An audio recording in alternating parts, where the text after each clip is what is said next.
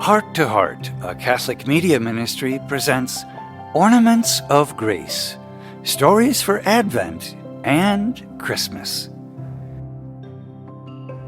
Today's Ornament of Grace for Thursday of the third week of Advent is St. Rita of Cascia. From the book of the prophet Isaiah, chapter 54, verses 6 through 8.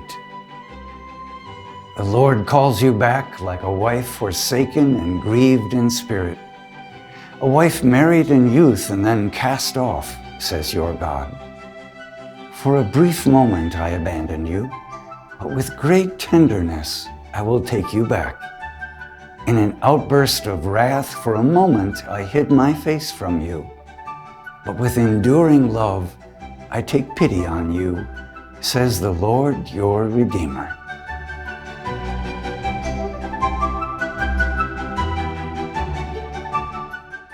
Isaiah was telling Israel not to abandon hope during their exile in Babylon.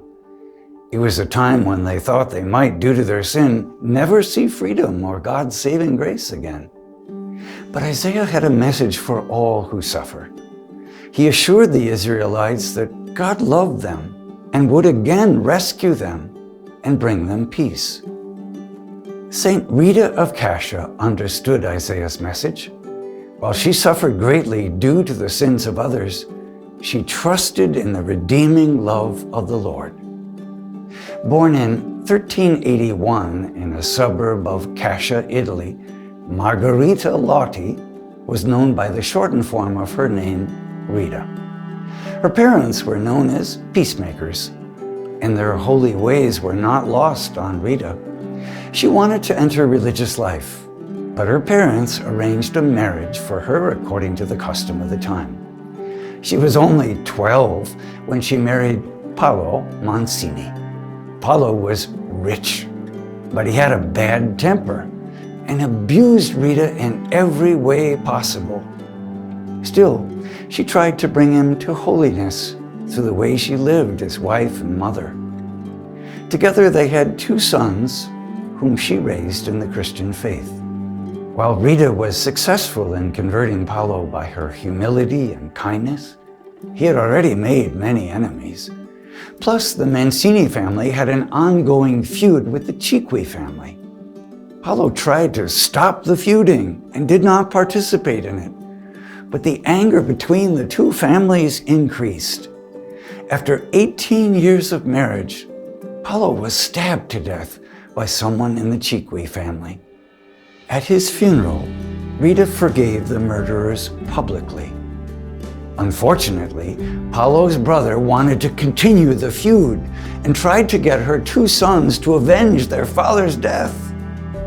Rita prayed that God would spare them from committing the sin of murder. The boys both died of dysentery before they could involve themselves in such a sin. Rita mourned the death of her husband and 2 sons. After losing her family, Rita tried to enter the convent of St. Mary Magdalene in Cascia. Even though the sisters recognized Rita's holiness of life, they turned her away.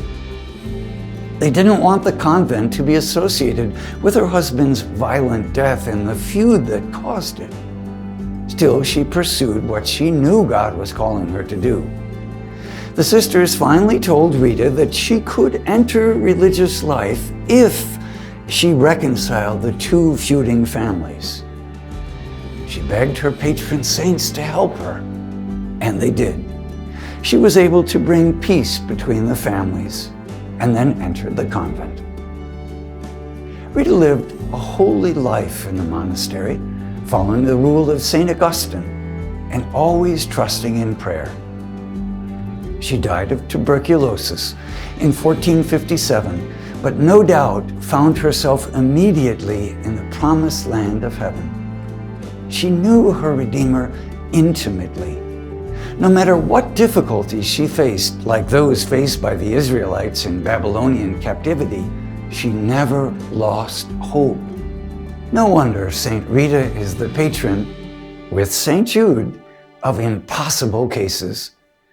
of those who have difficult marriages, of those who have suffered abuse, and of parents who worry about their children's holiness.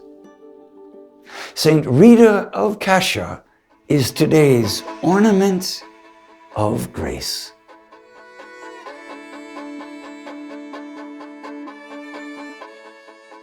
Observing the beautiful ornaments.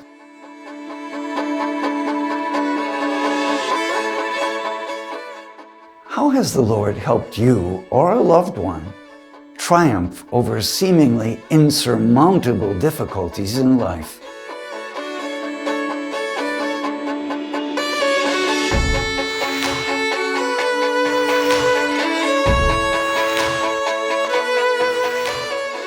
How does St. Rita's life of holiness show that the goodness of your life can bring healing and hope to your whole family?